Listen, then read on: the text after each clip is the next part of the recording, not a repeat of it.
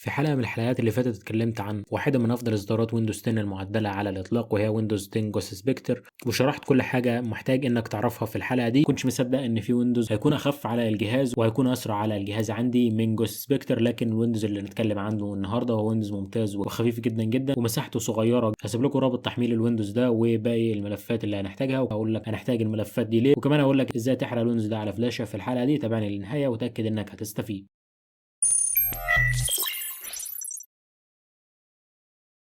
في الحلقه دي هنتكلم عن ويندوز 10 اكس لايت. ايه السبب اللي خلاني اتكلم عن ويندوز 10 اكس لايت؟ مع ان في الحلقه اللي اتكلمنا عليها في اول فيديو والحلقه دي قلنا ان ويندوز 10 جوست سبيكتر هو افضل واخف ويندوز لمعظم الاجهزه وافضل ويندوز للالعاب، لكن ويندوز 10 اكس لايت حقيقي لقيت انه اخف واسهل واسرع. ويندوز 10 اكس لايت محذوف منه جميع الخدمات اللي بتاثر بشكل سلبي على اداء الجهاز واللي بتسحب بشكل كبير من المعالج او من الرامات، وده هيفيدك في الالعاب او هيفيدك في استخدام الجهاز عامه وهيخفف من استخدام الويندوز لموارد الجهاز بتاعك. ازاي نحرق الويندوز على الفلاشه، واي ويندوز مش الويندوز ده بس، ازاي انك تحرقه على فلاشه. اول حاجه الرابط الاول اللي هتلاقيه في الديسكربشن للتحميل هتلاقي موجود فيه ويندوز 10 اكس لايت، هتلاقي تحتيه رابط لتحميل برنامج ريفز لحرق اي نسخه ويندوز على الفلاشه من الموقع الرسمي. اول حاجه هنفتح البرنامج، بعد كده من فوق هنا في الديفايس هيكتب لنا او هيظهر لنا الفلاشه اللي احنا حاطينها في الجهاز. بعد كده اول حاجه هنعملها هنضغط على سيلكت هنا، وهنيجي على المكان اللي موجود فيه نسخه الويندوز اللي احنا حابين اننا نحرقها على الفلاشه.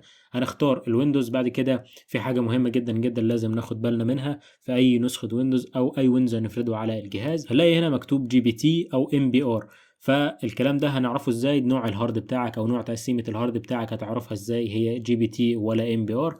بكل سهولة من خلال ديس بي سي. هنضغط كليك يمين، بعد كده هنضغط مانج، بعد كده هنضغط على ديسك مانجمنت، هنيجي بالماوس على ديسك زيرو هنا ونضغط عليها كليك يمين، بعد كده هنختار بريبورتز، بعد كده نضغط على فوليومز، هنلاقي مكتوب ماستر بوت ريكورد ام بي ار، يعني صيغه او تقسيمه الهارد عندي هي ام بي ار. لو عملت حرق الويندوز على الجي بي تي كده مش هيقرا معايا او الجهاز هيرفض تسطيب نسخه الويندوز دي، فانا هختار ام بي ار. او لو كنت انت موجود عندك جي بي تي اختار جي بي تي، ده على حسب الجهاز عندك او على حسب تقسيمه هاردك. بعد كده مش مطلوب منك غير انك هتضغط على ستارت، بعد كده هيقول لك انه هيعمل فورمات كامل للفلاشه دي، هتضغط على اوكي وهتستنى لحد ما يخلص حرق الويندوز على الفلاشه. بعد كده تضغط على كلوز وهتقفل البرنامج وهتعمل ريستارت وهتبدا تسطب الويندوز بالطريقه العاديه اللي احنا عارفينها. بعد ما تخلص تسطيب الويندوز هتحتاج انك تعمل التعريفات، لو عندك تعريفات جهازك ممكن تسطبها، لو مش عندك ممكن تحمل البرنامج اللي هسيبه لك في الديسكربشن، واحد من افضل البرامج على الاطلاق لتثبيت التعريفات لجميع الاجهزه. بعد ما نسطب البرنامج ونفتحه هيجيب لنا جميع التعريفات المطلوب تثبيتها على الجهاز. هنسطب جميع التعريفات، بعد كده مش فاضل معانا غير برنامج All in One Run Times. البرنامج ده مهم جدا جدا لاي حد سواء بيستخدم الالعاب على الجهاز او مش بيستخدم، لان البرنامج بيثبت لك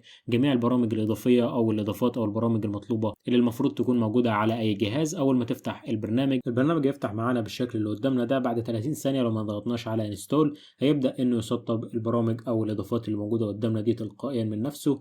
فاحنا نضغط على انستول، بعد كده هنسيبه مش هنعمل اي حاجه لحد ما نخلص تسطيب لجميع البرامج او جميع الاضافات اللي احنا محتاجينها. بعد كده هيجيب لك رساله ان كل حاجه تمام وكل حاجه اتسطبت وكل البرامج اللي انت محتاجها لتشغيل الالعاب او غيره هتبقى موجوده او متاحه. هسيب لكم رابط لتحميل النسخه وجميع البرامج الموجوده قدامك دي في الديسكربشن. كده احنا عملنا الويندوز وعملنا التعريفات وسطبنا جميع البرامج او جميع الاضافات اللي احنا محتاجينها، وبكده احنا مش محتاجين ان نعمل اي حاجه تانية على الاطلاق. كده جهازنا متاح للاستخدام سواء البرامج التقيله او للالعاب او لاي حاجه، وهتشوف بنفسك الفرق في استخدام النسخه دي والنسخ السابقه اللي انت استخدمتها والنسخ اللي استخدمتها قبل كده. هتشوف ان النسخه دي اسرع وافضل بكتير من اي نسخه. دي كانت حلقه النهارده، اتمنى انكم تكونوا استفدتوا. شكرا لكم على المشاهده، لو عجبتك الحلقه ما تنساش تعمل لايك وتشترك في القناه وتفعل الجرس عشان يوصلك كل جديد. وبس كده، سلام.